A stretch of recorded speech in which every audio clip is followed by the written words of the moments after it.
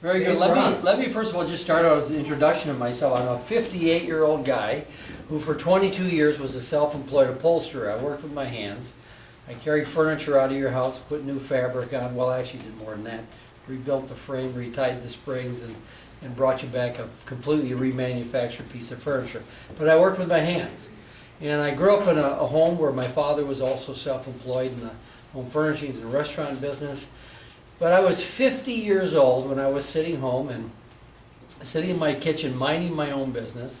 I was always interested in politics. I was interested in the process and things that were happening. Then I noticed that my city council was going to raise my taxes by nearly 13%. Now, the game they play is they don't just tell you we're going to raise your tax, although they're doing that way today. School boards all over the state, including ours, are going up double-digit increases and not a peep out of the populace. But anyways, I was reading the paper, and there was a fee here and another fee there, and transferring a hydrant fee to our utility bill, and then a 4% increase in the levy. And it all added up to about 13%, so I picked up the phone and I called our finance director. I said, are you really going to raise my taxes by nearly 13%? And she said, you're the first one to call. Isn't that a tragedy? First one to call, first one to figure it out. And then she said to me off the cuff, she said, why don't you run for mayor? And I looked at my wife, who's standing right back here. We've been married 36 years, 37 years on the 25th of August for us, so we're just Guess what we're going to be doing on our anniversary? It's campaign. So we're just newlyweds, starting out, getting the ball rolling here so we can put even more years on our marriage. But anyways, I said to our community that I decided to run for mayor, and I said to our community that this is wrong, and that we should be reducing the size of government, we should be reducing debt, we should be privatizing services, and that we should get these fund balances that were just in a mess in the city of Superior, get them straightened out. Now, what's really odd about people who run for office, sometimes they say all these things, and then they get in the system, they sit in their first board meeting with their staff, and all of a sudden they say things change and I can't do what I promised. And in fact, recently we just backed a candidate for school board, a conservative candidate for school board that voted for a 12% increase in the levy in Superior school system. Very disappointing when people say one thing, get in that seat, and then they do something completely opposite. I understand your frustration. I understand the anger that people are feeling towards their government. So let me just tell you what we did in the city of Superior. Then I'm going to move on to another area that I feel very compelled to talk about. And we've been talking about this all over the state. As mayor of the city of Superior, I shrunk government by 10%. We've eliminated 30 positions out of city government. And guess what? City government is running better. We've improved service. And we haven't taken one thing away from our taxpayers that they hadn't had before. The other thing was indebtedness. This country is drowning in debt. We are drowning in debt in a horrible way. Down to the local municipality and down into people's own lives. They've been living off the bank and borrowed money. And as I've said many times personally, instead of trusting in God for their provision, they've gone and said, I don't need to trust God. I can just go use my credit card. I can just go to the bank. I can put another second mortgage on my home. I can add to that. I can roll it in. I can start that process all over again. And so in the city of Superior, over 10% of our budget, $1 out of every 10 went to the bank to pay for debt service. $1 out of every, what are you saying to me? Stand back a little. Oh, stand back a little bit? Just a little, yeah. Oh, because you can. There we go. You need a director here. Hey. You're missing That's right. somebody. I know, in this like I operation. said, my son was normally here, so.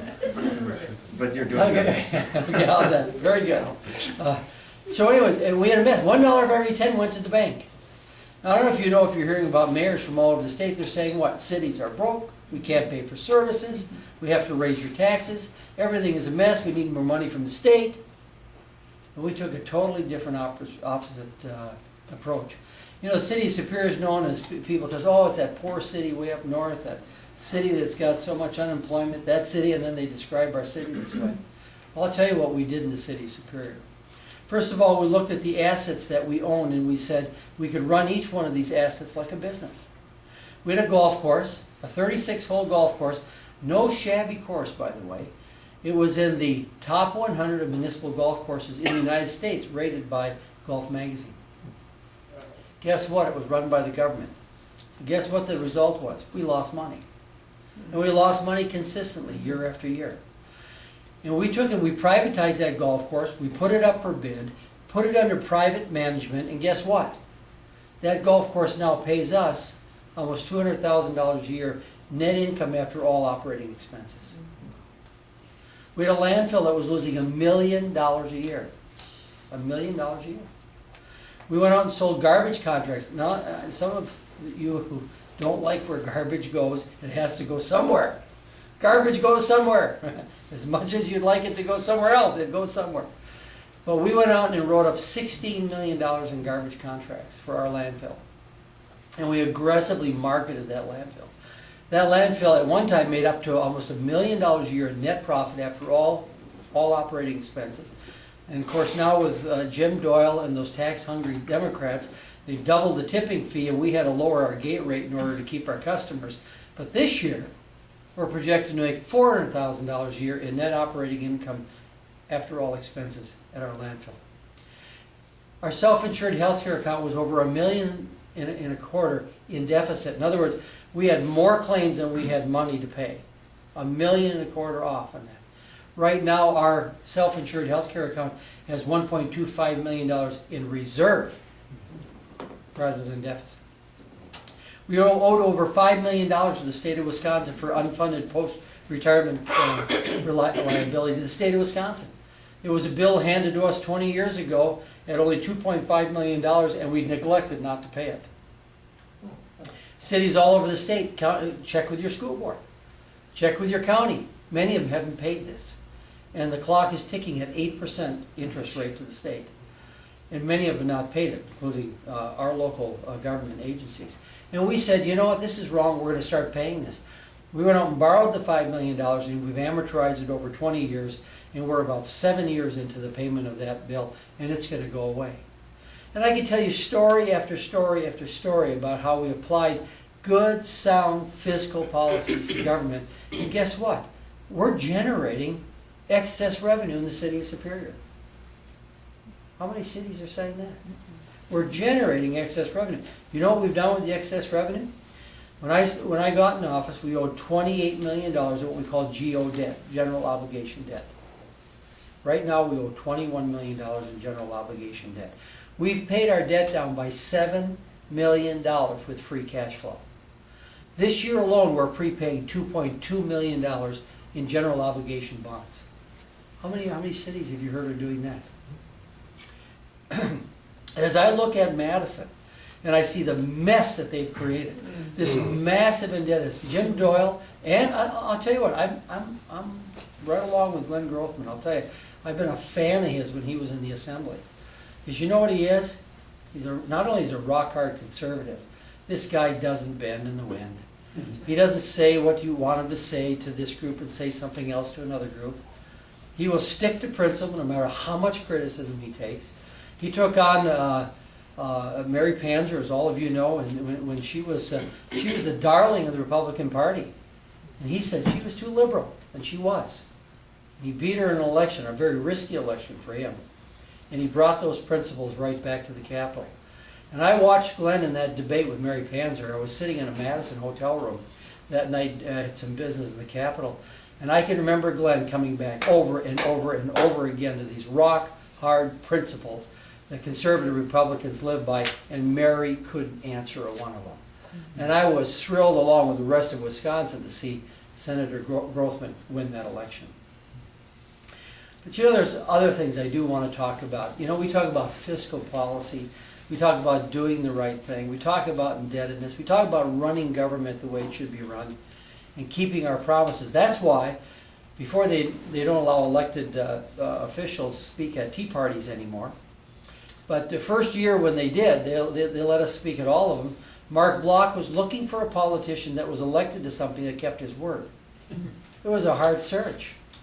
It was hard to find a politician that actually ran on something and then did it.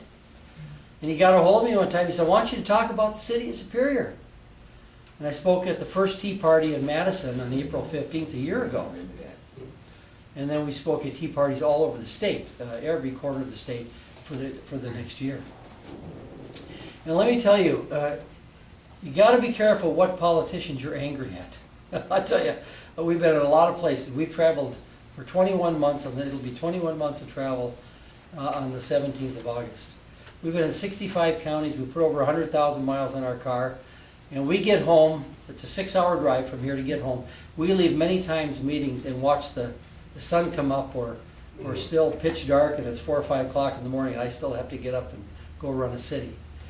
The reason why my wife and I are doing it, why we're so committed to this, is because we see the direction of our country and our state. This brings me to an issue I'm very passionate about. I don't know if any of you are on our newsletter that we just sent out. I don't know if you got the one on the protection of the unborn. But you know, some of the politicians are going to tell you this, and don't worry, they've sat me down too. Dave, you know, we love those conservative issues you talk about, fiscal conservative. We love what you're talking about in the city of Superior. But you know, you just got to tone down those moral issues. You know, you just got to kind of, yeah, they're important, and yeah, it's something, you know, when you need to say. But you know what our party's all about? It's all about doing the right thing with jobs and the economy and good, strong fiscal management. Well, I'm telling you, we're going down the toilet over our morals. We are literally going down the toilet. My wife and I were just caught a little bit of television late at night when we'd come home one night, and you don't think that these advertisers and these station owners and these people that run our media don't know who they're targeting their marketing at. But I watched an ad for teenagers' clothing, which was designed to appeal to teenagers. And the next ad on that television was 2 people sleeping together for some filthy program that's going to be on TV this fall. And I agree wholeheartedly with Mike Huckabee when he says he believes, and I share his belief, by the way, he believes that everything that emanates, either good or bad, about America begins with how we treat life. How we treat life. How we treat the issue of the unborn. And I am one of these that believe that the minute of conception, you have a totally created human being that has all the attributes of life.